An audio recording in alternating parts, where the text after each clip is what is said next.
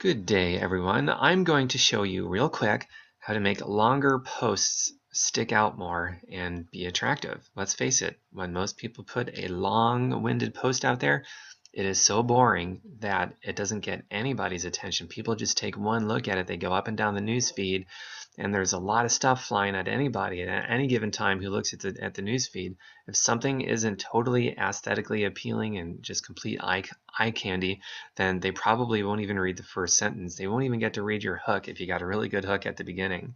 So here's the deal. I'm going to show you how to make some longer posts and how to do it creatively. I still believe that most of your posts should probably be super short, sweet, and potent. But if you're going to do a few longer ones, I like to keep things varied, and one of the variables that I like to keep varied is the length of my posts. So the best way to teach you is to just show you some examples. So if you notice here in this first one, I've got 4 examples total I'm going to show you. You'll notice that the paragraphs are super short. This isn't academically written. I'm not going to get graded on it from a college professor or anything like that. And typically in a relational business, which this is what this is, if you write more academically like that, if you're going to get like an A in Harvard or something, then you're probably not going to do very well with this. Probably. It depends on your audience, but for the most part, 99% of the time, that's not going to influence much of anybody. It's just going to put people to sleep. So these paragraphs are, the language and the style of writing is pretty much how I talk. So before I even click post, after I'm done crafting this, I will actually sort of just read it to myself. I might read it out loud, and it has to flow with how I normally talk.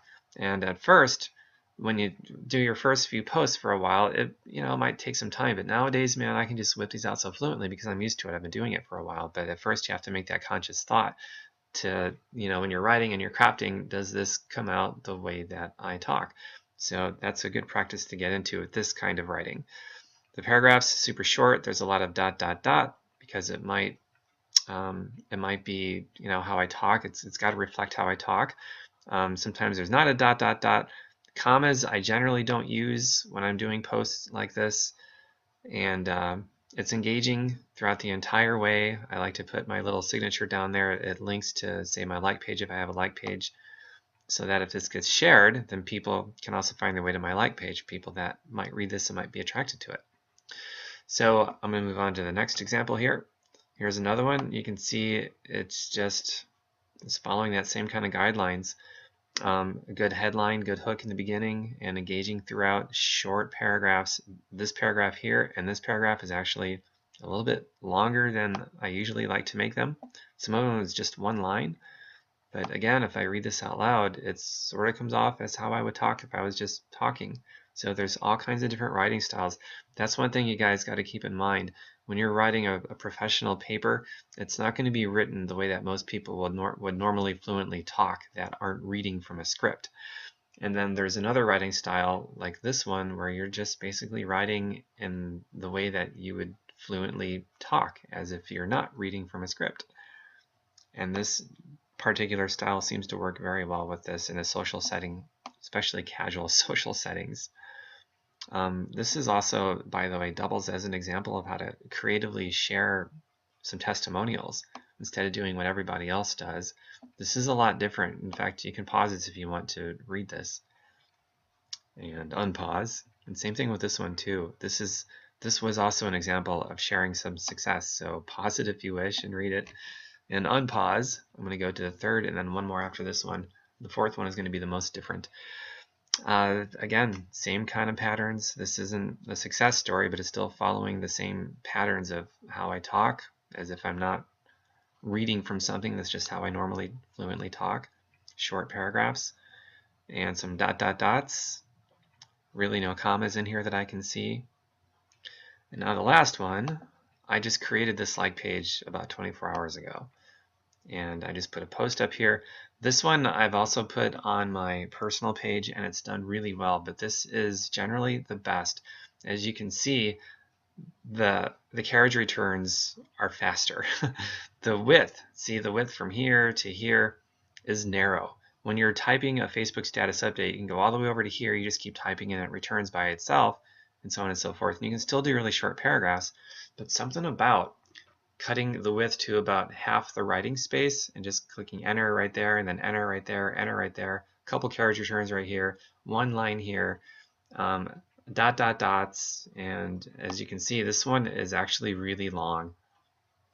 And the only way somebody's going to make it to the bottom of that is, one, you've got a really strong hook in the beginning, get rich and have a life simultaneously. That's a pretty good hook. And then the rest of it has to be engaging. There's a lot of questions in here, bold statements, relatables, and things like that. It's very easy on the eye. It has to be, I would say before anything else in my opinion, it has to be easy on the eye. Even before the headline, it has to have the really great hook in the beginning too.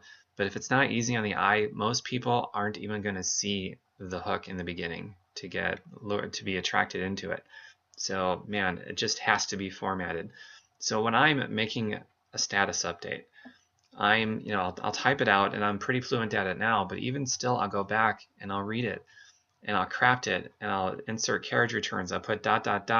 where it feels like, okay, this is how I would naturally talk, so I'll put a ... there. And I'll keep just crafting it and tweaking it. Crafting is a great word to describe the process.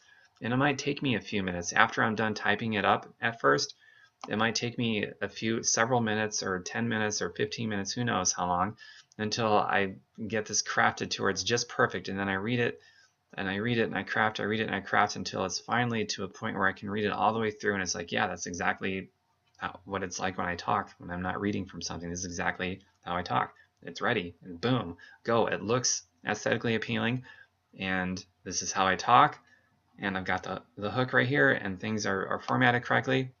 Send it on out. And then they can do pretty good. So that's how you make engaging longer posts versus something that's just a big block of text that goes from like here, it's the full width, it goes down, down, down. People don't read that stuff. Those kinds of posts get very little to no engagement whatsoever. A post like this, so you can have a longer post if you want to get creative in something that's got some length to it. You got to follow that aesthetically appealing to the eyeball format. So there you go. Practice. Perfect practice makes perfect. Have fun with it, and I'll see you on the next video.